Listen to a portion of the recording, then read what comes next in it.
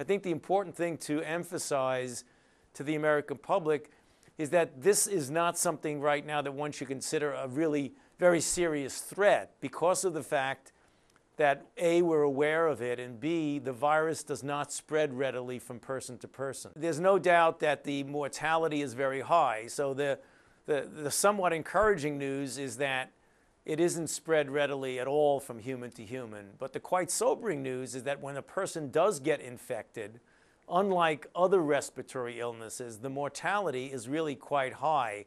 There's been variation in the reports of numbers, but approximately 400 cases and approximately 100, 120 deaths. So you're talking about more than, somewhere between 25, 30 plus mortality, which is extremely high for a respiratory infection. It really presents initially like any flu-like illness, but the ones who get really sick go on to very serious respiratory symptoms, which can actually lead to total organ system collapse and death.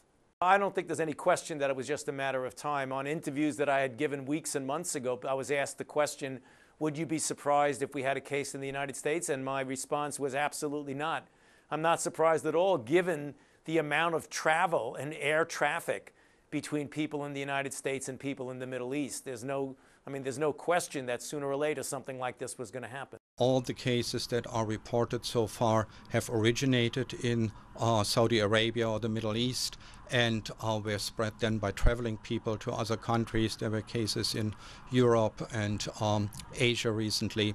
So from that, it's not unexpected that also a traveler returns to the US with disease, and that does not mean that there is any epidemic on the horizon or that it will spread largely in the US. There might be additional cases imported, but that's probably what we can expect.